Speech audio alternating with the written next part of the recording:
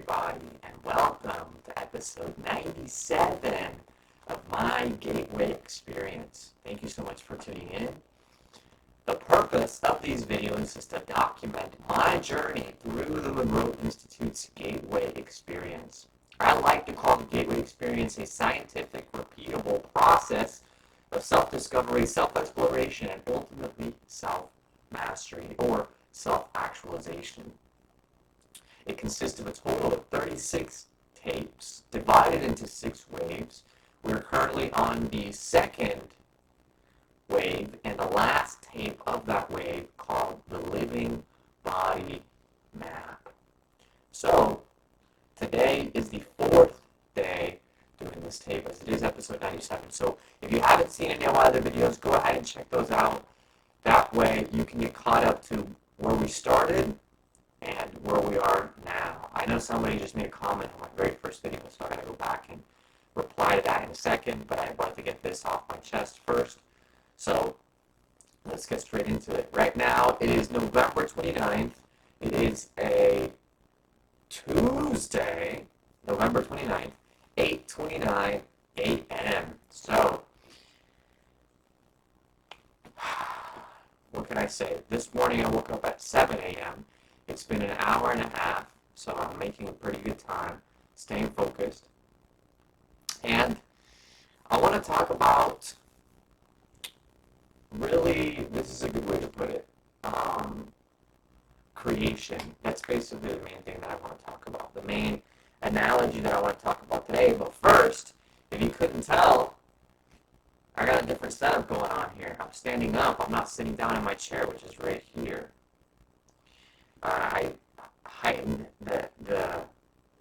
I lifted the monitor here so that I can just do like a standing desk situation and work standing up, which I like. I also had to lift the height of my mouse pad right here, and it just makes it to where I'm more on top of things, like when it comes to doing outreach and inbound calls and stuff like that. So this is my office, this is where I work from, and I like standing up, so, and being able to move around as well.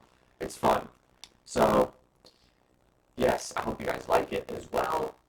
And the process of creation. Okay, so I don't know about you, but when I've tried to draw things, whenever I've sat down to draw certain things, I was never a very good doodler, and I could break that down in several different ways, but I'm not going to go so much into an analysis here. I'm just going to go and stick to the analogies. So, or the stories to relate these concepts together. But I remember when I used to do this, I would just look up a picture. Instead of visualizing what I wanted to doodle or draw in my mind, I would look at the picture and then I would copy it.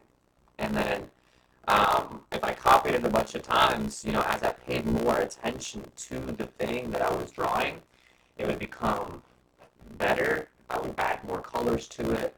I would define certain aspects of it.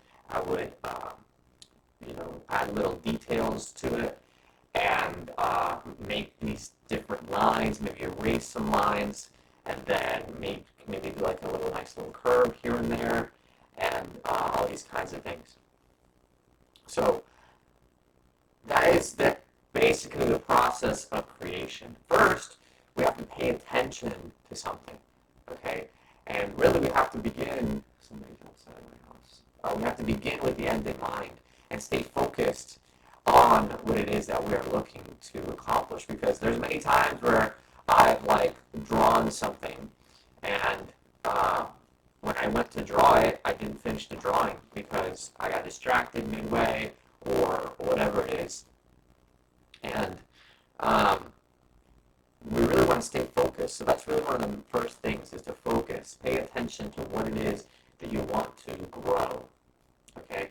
And then you have to water it. It's like when you plant the seed in the soil, you have to water it and keep watering it consistently and persistently and constantly.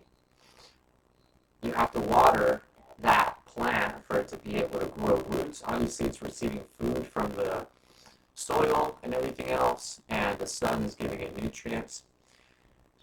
But basically, your attention can also be like water, but instead of for plants, it's for the drawing. So your attention is really what you need to focus. Is when you're drawing something, you have to come back to it over and over again. And I mean, if you're not doing it all in one sitting, which you could do it all in one sitting, which would mean that you're not able to do anything else that day. So you're making a sacrifice to do this one thing. That applies to drawing, that applies to growing plants. It also applies to building a house. So every house that has ever been built has a blueprint. Every car that has ever been built has a blueprint. Okay, first we see what we want it to be in our minds, and it's not always perfect. We sometimes start with a prototype, and then after we create the prototype, we go to the next step and make improvements to the first one.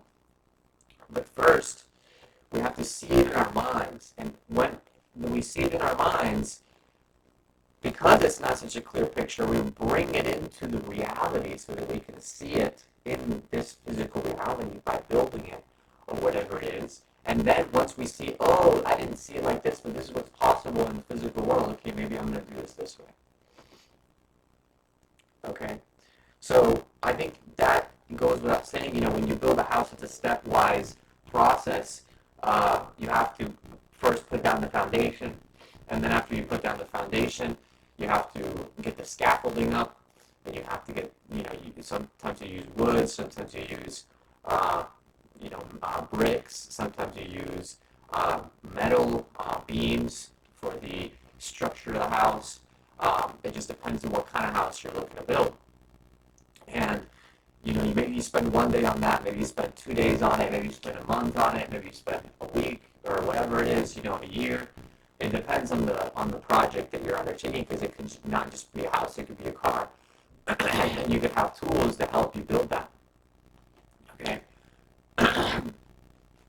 And so we start with that prototype. Excuse me, I have to clear my throat. We start with that prototype, and then as we bring it into the physical world, we make changes.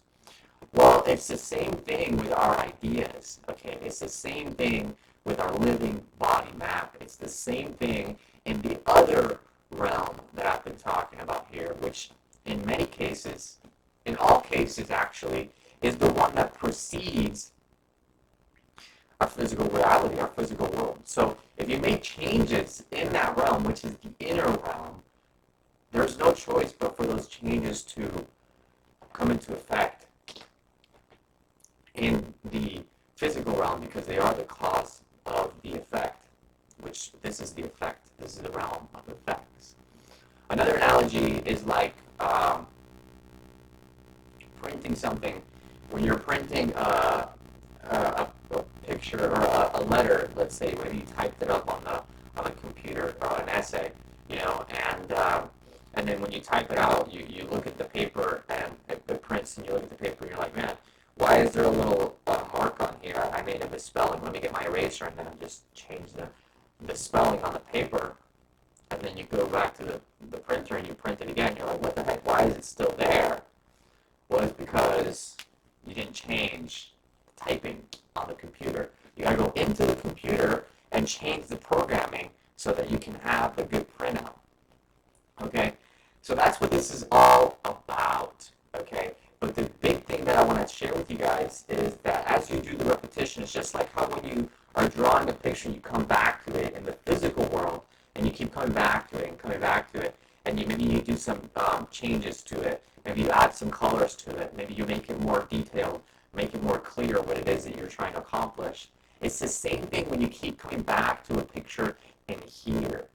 Okay? It's the same thing when those, football players sit down and they throw the ball and they keep doing these drills over and over and over again.